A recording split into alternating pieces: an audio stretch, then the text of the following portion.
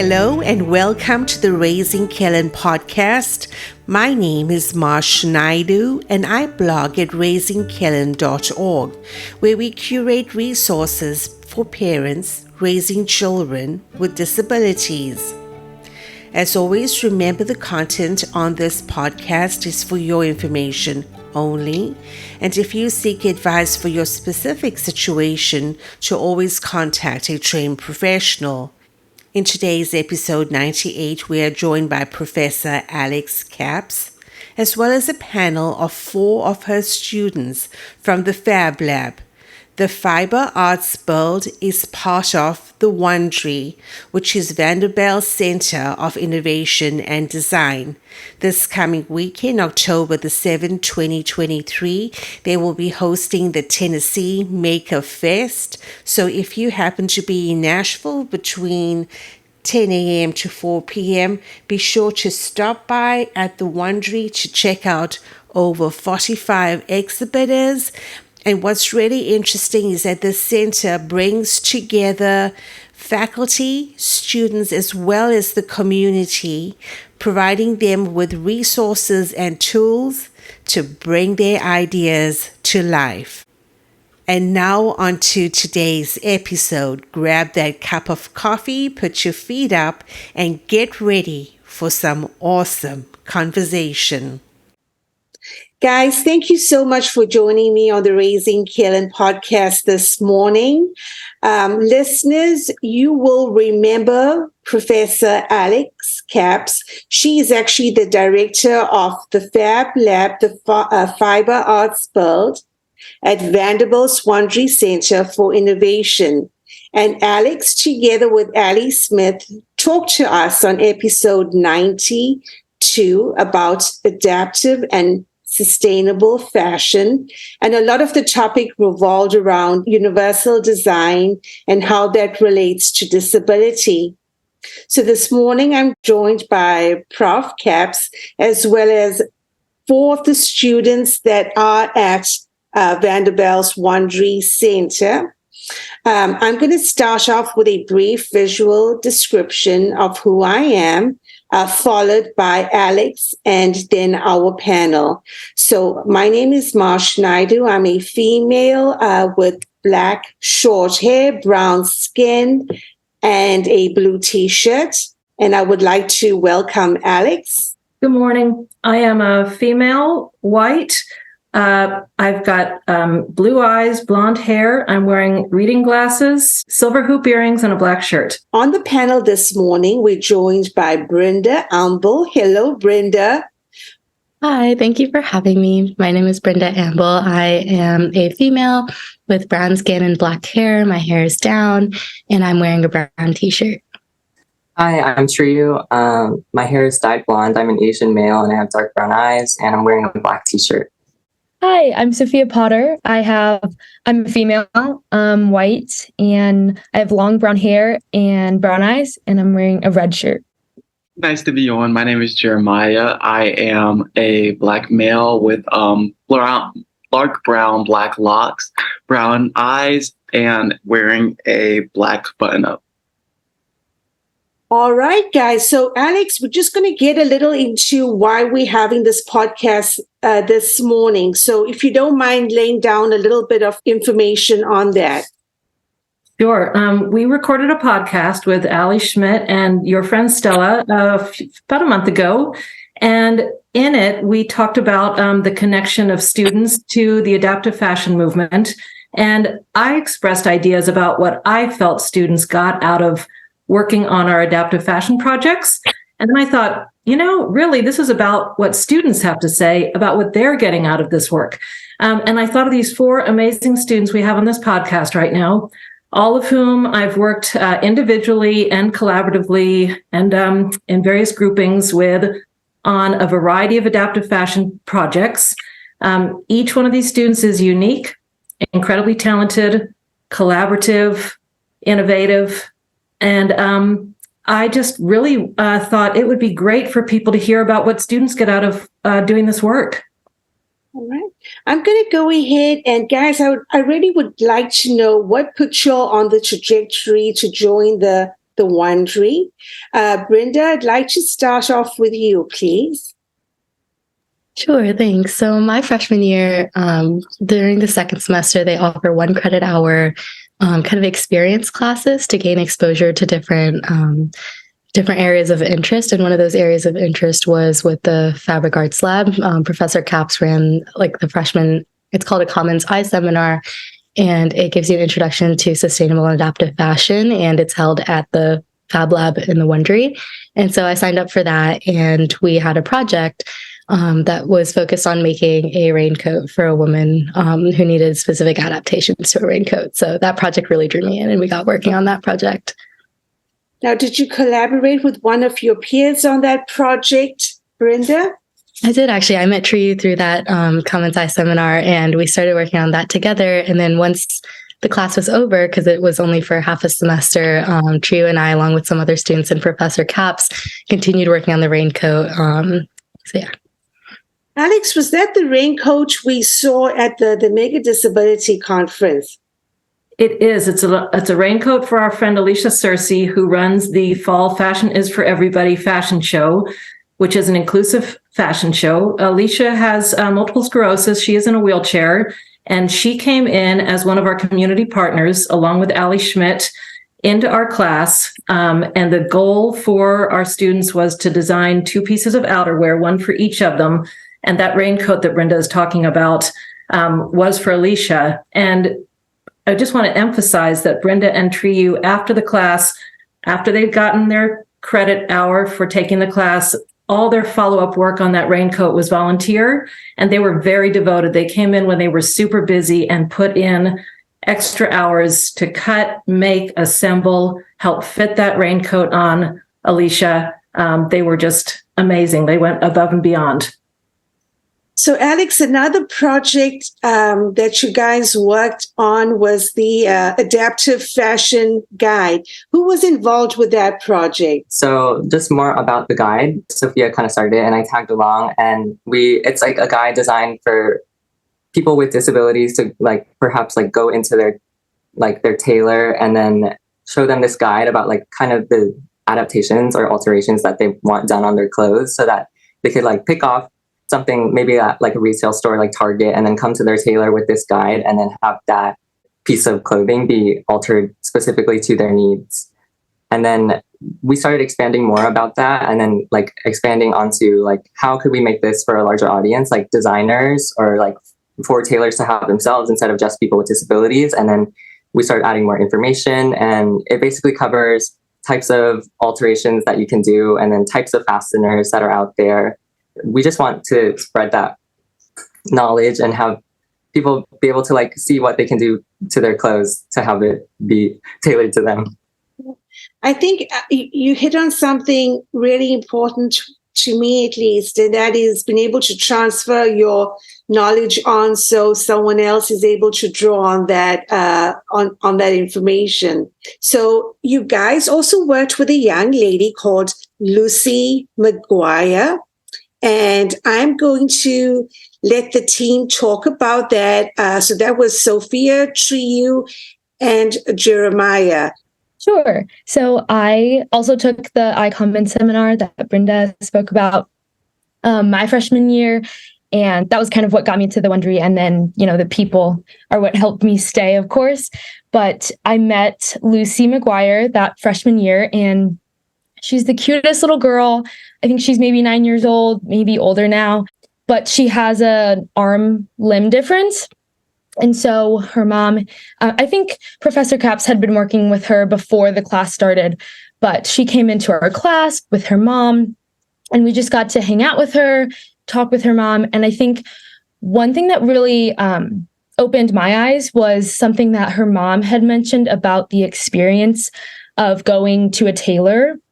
She talked about how it was just such a cold experience. And as a 9-year-old, I could not imagine having that kind of shopping experience when a lot of kids, you're getting to that age where you can finally pick out your own clothes and you can use fashion to express yourselves. And when not everyone has a limb difference, and with Lucy trying to navigate through that experience, seeing people that don't understand what's going on and just don't have enough awareness be super cold and not just accepting, that just really, really spoke to me. And that's why I wanted to help her and continue with this adaptive fashion work and just illustrate or kind of use the guide to help others just use fashion so that they can express themselves and make this more of an inclusive environment when it comes to fashion. Yeah, so I became acquainted with the Wond'ry actually through another organization on campus, fashion organization on campus called Vanity. And through that organization, we were partnering with the Wond'ry, and I eventually started working with the Wond'ry. So I am a maker tech here in the Fab Lab, just pretty much helping out, run the space and everything of the sort. And while I was in the program, I got united with was a senior here at Vanderbilt. They recently graduated, and they were passing on the Lucy project onto me because they were working on a prosthesis for her so that she was able to go kayaking, because since on her arm that has that limb difference, it doesn't have necessarily a usable hand. She's not as able to do the outdoors activities that she loves to do. So we've been working with her to create a bunch of different prostheses for her. So we've done making a recorder prosthesis for her. We worked on a violin prosthesis for her. And I was working on a soft prosthesis so that she's able to go kayaking, so that she's pretty much able to strap that onto the one hand of the paddle and just go at it pretty much.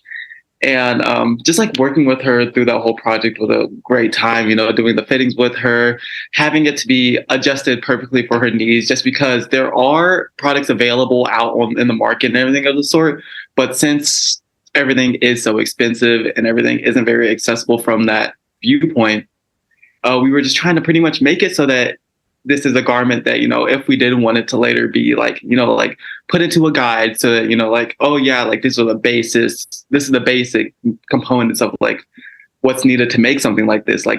We could easily do that for something of that sort. But even just for Lucy, for example, just having that garment be tailored to her needs so that she's able to go kayaking, have that fit her perfectly. So, it doesn't slip off and that it's easily able to be taken off for her specific needs and everything of the sort, just because, if she does fall in the water, she does need to be able to quick release from that. So just having that be a hands-on process to where she's coming in, on a weekly basis, pretty much being fitted and everything of the sort so that it is tailored to her is what we were really focusing on. Guys, each one of you come from such a diverse background. So has fashion always been something on your radar? Fashion wasn't necessarily on my radar until COVID, I would say, really. That's when I really got into sewing and everything of the sort. And after then, it kind of just grew from there. But it wasn't really until I started working with the Wond'ry when I actually started, improving my skills and becoming the seamstress I am now. And I just have to thank Alex for that, really, just because she's taught me so much and everything of the sort. So really, without her, I really wouldn't be into the adaptive field at all. And I definitely wouldn't be, as deep as I am into the fashion industry. For me, I grew up in a more modest culture. And so my interest in making clothes kind of grew out of not being able to find the cute clothes that I wanted that was also okay to for me to wear. And so I started making clothes because of that around in middle school, and I learned with my grandma. But then when I came here and I realized that adaptive fashion is doing that on a broader scale, it's not just for me, it's not so much selfish that way, but it's for an entire group of people who don't see themselves represented in the mainstream fashion industry much at all. And so being able to make an impact that way is really what kept me coming back. Yeah, so I think I was always interested in fashion, not necessarily sewing, because my sisters are all fashionistas and I was always inspired by them. But I recently tried to get into sewing last year and still learning how to sew right now and just developing those skills. But I met Professor Capps through it's called Vision. So it's a group of freshmen. We all get one faculty mentor, and then she was my faculty mentor. So I took the opportunity to learn more, about the fundamentals of fashion and sewing. Yes. So my grandmother also taught me how to sew when I was in 5th grade and, had various businesses that included sewing throughout high school. And then I came to Vanderbilt, not really expecting to continue that fashion pursuit, kind of went toward the psych and business route. But then I saw a fashion course and I had a free slot to take.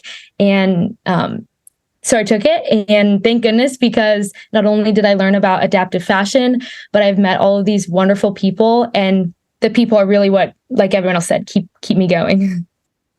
Can I add one idea to just highlight what they just said? Anyway, thanks, you guys. I want to highlight that we have, not a huge program.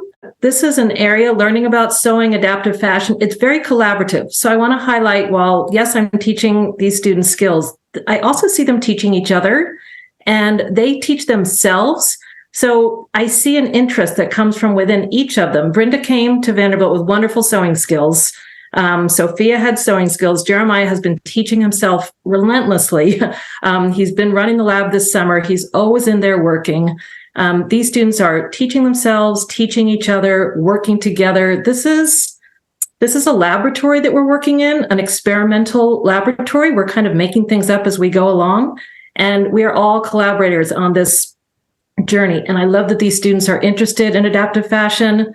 They're gaining, life skills and empathetic skills from doing it. And I love the fact that we all are learning together, because that's really what we're doing. Because you're not all necessarily taking the same coursework, are you? Yeah, so I am majoring in human organizational development and then minoring in business and psychology. So, wanting to pursue a very business-oriented path, but still, pursuing that passion for fashion, if you want to call it. So. Okay, Jeremiah? I am actually a psychology and art major here, and I am looking to go into, child research psychology. So I'm a human and organizational development and computer science major. And so it's not like directly related to fashion, but I feel like those like majors are kind of related to everything. So I'm just like seeing like this interest in fashion and seeing like what I can do with it right now. I'm a neuroscience and child development major, and I'm planning on doing a business minor, though I haven't started it yet. And yeah, it's not really related to any of this. This is just something I like to do. So, Brinda, what has been your experience with regard to the disability community? I think my favorite part I've only worked on this one project so far since I started last semester, but I think my favorite part of the whole process is we use the process of human-centered design, and the interview part where you sit down with the person who like has a disability or the person that you're making something for, and you just ask them about their lives and their lived experiences, and you see like, what are your needs? Like, why are these your needs? Like, how can we like maybe broaden the changes that we're making to address your needs so that it can serve as many people as possible in a like really efficient way, so that maybe it's more easily adapted by mainstream fashion industry. So those questions and just sitting down and having a moment to moment with that person and just having a conversation, that's honestly my favorite part. And second to that is obviously like being able to give a finished product and seeing like how much of an impact it makes in someone's life. But I love the interview part. I think my favorite part is like Brinda. It's also being able to like interview people and hearing all of their stories, and just being able to like grow our empathy and like grow our perspective on how other people like view the world. And I think like we work with Ali Schmidt, who you interviewed last time, and I think like hearing her talk about like her life as a parent, and then how like in the morning like it can be like a rush, and then having to put on clothes in the morning, and then like having that 15 minutes to spare is like makes a difference in the morning and how you just like perceive the rest of your day. Yeah, I have to agree with, Trieu and Brinda here, where I just really love the communicative aspect of it all, just because you learn from so many different people's like viewpoints, like a viewpoint that you don't necessarily have yourself, that you could never even really see at any point in time. So just having those different ideas, those different viewpoints that you never could have even thought of, just even when you were talking about things outside of like the garment we're making for them. It's like we're always like brainstorming or ideating different things, especially when, like Ali, when she comes in for fittings and everything of the story. It's like we're having a whole different conversation about like something like completely on the other side of the universe. But like even then, like we're having a merger of these ideas from people with such different viewpoints and such different life experiences that have guided us to our ideologies that we have now. I would have to agree with all of you first off, but to add another favorite part of mine is fashion has always been meaningful to me just because my grandma taught me how to sew. But I think tapping into the adaptive fashion industry and doing these projects that help try and close that gap in the fashion industry has just made it 10 times more meaningful because we get to see real people and the real outcomes or impacts on their life that we're making, which I just think is really, really awesome. How do you believe the experience at the Wond'ry is going to add a layer to your future work experience, Sophia? I think the Wond'ry does an amazing job at inspiring students and working with them to pursue maybe careers that they might leave behind. Like personally for me, my family's very business oriented. Both my parents and my older sister are all in the finance industry, and me being super creative and wanting to work in the fashion industry has always been interesting because I do love the work that they do and I am interested in that. But at the same time, I think the Wond'ry has just kind of told me in a way like, Sophia, you can still do this really creative career and be very successful in it. And so I think that's how the Wond'ry is really going to help me in my future work. I think because the Wond'ry is kind of perceived to be like a center of innovation, people come there when they have like problems that need solutions. And so just the ability to have all the tools at your hands without any obstacles to be able to kind of tinker around, try different solutions and see what works. I think that opportunity is so valuable and it's really hard to find anywhere else. Yeah, like touching on similar topics, I think a topic we talked about last semester in the course that Brinda was talking about, it's that like we don't really get an outlet to kind of practice like these skills, like working with our hands. So I think the Wond'ry like is our outlet for that. And because most of our classes are like so theoretical and knowledge based. So I appreciate the Wond'ry for being there. Kind of building off what's been said, I just think that the Wond'ry really just pushes how you think necessarily. And I just feel like since, I've been here, I've really just expanded the, like my way of thinking, started thinking in a way that's more, like abstract in nature almost. So that, like trying to come up with ideas, like grabbing from here, here, and here instead of just from, like one place. And I feel like that will definitely carry on to, like my career in, like research psychology, where it's pretty much the same thing, like trying to come up with ideas that people really haven't thought of yet. So just being here, interacting with so many different people, having that viewpoint expanded so much is really just nice. Because, when I am thinking of these things later in my career, it's like, hey, like I do have a different viewpoint than many other people because I have interacted with so many different groups. Alex, before we round off the discussion, is there anything that you would like to say? And then I'll pass it on for closing remarks. Yes, I just am listening to what the students say about their experiences with the Wond'ry. It's just amazing. I think it's an amazing place too. I love being there. I actually wanted to be there before the building was even built, and I saw a day-long presentation on it 7 years ago. So this idea of being there and now having these amazing students is a dream come true to me. And I just want to kind of highlight the idea that the Wond'ry creates a structure.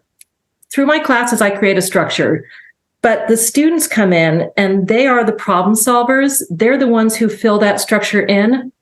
We're often kind of working in a place that doesn't have rules or steps laid out. And Brinda and Trieu were both super, and Sophia, when she took the common seminar 2 years ago, and Brinda and Trieu last spring, it was sort of a loosely structured class.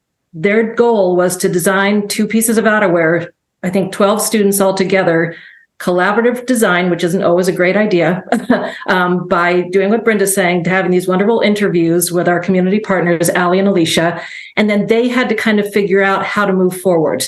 And I was just in it along for the ride with them. I see us as working together, and the Wond'ry gives that structure.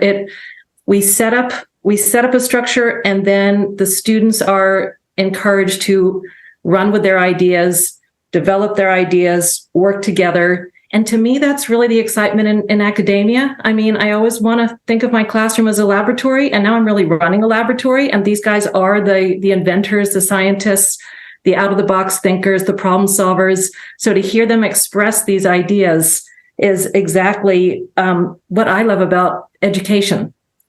So I'm just really grateful to these guys, because without them, I wouldn't have an adaptive fashion program. We wouldn't be doing the work that we're doing. And we're kind of on an upward trajectory. I mean, we're just beginning this. And so having these 4 students be spokespeople for this initiative is going to push it further. And I do believe that by bringing in our community partners with physical disabilities, the students gain so much as universal citizens going out into the world. They will understand inclusivity. They might have people with disabilities in the workplace. They'll think of them as equals and maybe be problem solving for them to make their workspace more inclusive. I just feel like the work they're doing and that we're all doing together is just very positive and serves the world moving to a more inclusive and better place. So I'm just grateful to all these students and the Wond'ry. Any closing remarks that you would like to make, just in general? Yeah, I am really grateful for my time at the Wond'ry, and I know we have some exciting projects in the future. So I'm excited to get back to school and work on those. And I would just want to say thank you for having me on the podcast. It's been a great experience. Pleasure. Trieu? Yeah, so I feel like I'm very hopeful for the future and like the trajectory of the Fab Lab. And, you know, I think it's just like a lot bigger than just like simply adaptive fashion, because, you know, all the highly developed countries have like aging populations. And as you age, you get weaker. So I think universal design doesn't like necessarily just benefit people with disabilities, but like literally every person who ages. Yeah, I also just want to say how grateful I am. And it's been lovely being on this podcast, meeting you, talking to you, and having this discussion. I think the most important thing about this kind of field is having discussions like these, because I know 2 years ago, I had no clue what adaptive fashion meant. And what it actually does and how you work in that field. But now in the span of 2 years, I've learned so much, but I do know there's so much more to also learn in the future. And so I just think having these discussions, spreading awareness about what this field is and how we can really make a difference is super important. So thank you. Jeremiah? Like what's been said pretty much, just adaptive fashion isn't just fashion for people with disabilities. It's really fashion for anybody, as, you know, adaptive fashion can be something applicable to you at any moment. You can become disabled at like the snap of a finger necessarily. So just keeping that in mind, just like helping to push the field forward is really just helping everybody out necessarily, because it's like at any moment, it could be you. Well, guys, thank you so much for your time this morning. Alex, thank you for this amazing idea of bringing these bright young minds together. I mean, it's been a absolute just pleasure talking and interacting with them. And I look forward to seeing you sometime this fall. Absolutely. Thank you so much for this opportunity, Marsh. We've loved it. And I've loved hearing what the students have to say. Just like Sophia said, we should have these dialogues more often. So this is unique, but we're going to do it again in the future. So thank you so much for the opportunity, and to the students for being here. All right, guys. Well, listen, best of luck moving future in each one of your respective careers. Just really excited to see what the future holds for you. And, just keeping disability as a consideration goes towards making a more inclusive world. And I believe that's something we all strive for. So thank you again for your time. Thank you for listening along on the podcast today. Again, if you are in Nashville on October the 7th, 2023, be sure to check out the Tennessee Maker Fest happening at the Wond'ry, Vanderbilt Center of Innovation and Design.